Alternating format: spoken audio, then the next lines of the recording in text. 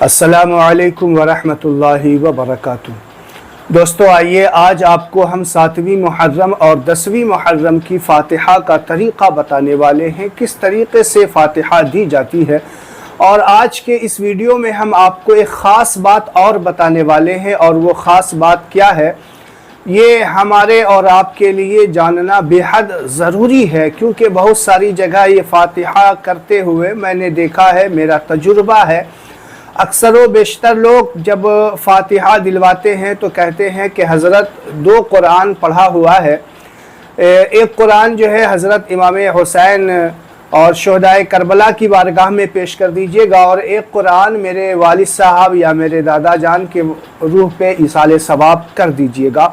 اس طریقے سے بتاتے ہیں کہ اس طریقے سے کرنا ہے، تو میں آپ کو بتاتا ہوں کہ کبھی بھی یہ طریقہ نہیں اپنانا ہے آپ کو۔ اس طریقے سے جو ہے آپ کا نقصان ہو جاتا ہے، اور میں نہیں چاہتا کہ کسی مسلمان بھائی کا نقصان ہو، کسی کا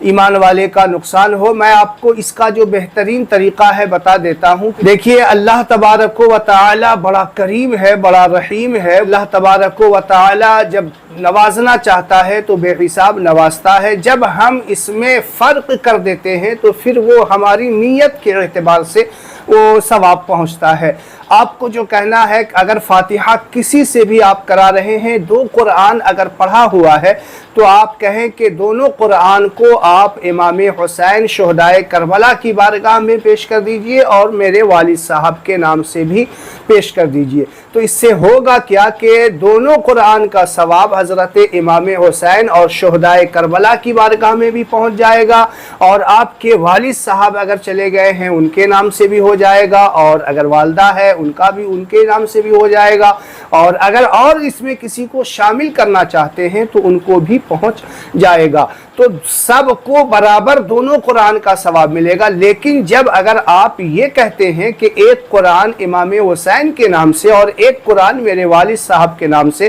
تو پھر ہوتا کیا ہے اس میں کہ پھر ایک قرآن کا ثواب ان کو، ایک قرآن کا ثواب ان کو ایصال ثواب ہوگا، تو اس میں نقصان ہوگا۔ تو ایسا کبھی نہیں کرنا، اکثر جگہ یہ دیکھنے میں آتا ہے، تو میں نے سوچا آپ کو یہ بتا دوں تاکہ آپ سے دوبارہ یہ غلطی نہ ہو۔ تو آئیے ہم فاتحہ دینے کا طریقہ سیکھتے ہیں۔ دیکھیے آج کل لوگوں نے فاتحہ کو بڑا مشکل سمجھ لیا ہے، حالانکہ فاتحہ بالکل آسان ہے، بالکل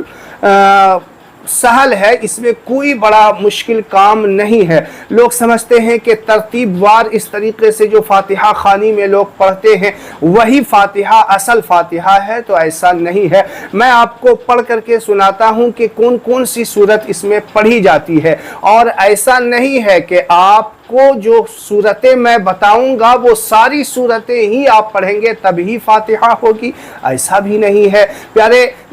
جو صورتیں میں آپ کو بتانے والا ہوں ان میں سے جو صورت آپ کو یاد ہو وہ پڑھ کر کے بھی آپ ایصال ثواب کر سکتے ہیں، آپ اس طریقے سے فاتحہ کر سکتے ہیں۔ تو آئیے ہم جانتے ہیں کہ کون کون سی صورت ہمیں فاتحہ میں پڑھنی چاہیے۔ تو دیکھیے سب سے پہلے آپ کو جو ہے قل یا ایھا الکافرون، سورہ کافرون 1 مرتبہ پڑھنا ہے، اور 3 مرتبہ آپ کو سورہ اخلاص یعنی قل ھو اللہ احد پڑھنا ہے، 1 مرتبہ قل اعوذ برب الفلق یعنی سورہ فلق پڑھنا ہے، اور 1 مرتبہ سورہ ناس یعنی قل اعوذ برب الناس پڑھنا ہے، اور 1 مرتبہ سورہ فاتحہ پڑھنی ہے۔ اتنا بھی آپ پڑھ لیں گے تو بھی اس کا جو پڑھیں گے سورہ فاتحہ اس میں شامل ہو گیا، تو آپ فاتحہ پڑھ سکتے ہیں۔ لیکن ان صورتوں میں اگر آپ کو کچھ صورتیں یاد نہیں ہے تو بھی آپ فاتحہ دے سکتے ہیں، فاتحہ کر سکتے ہیں۔ اگر آپ کو صرف قل ھو اللہ احد یعنی سورہ اخلاص ہی یاد ہے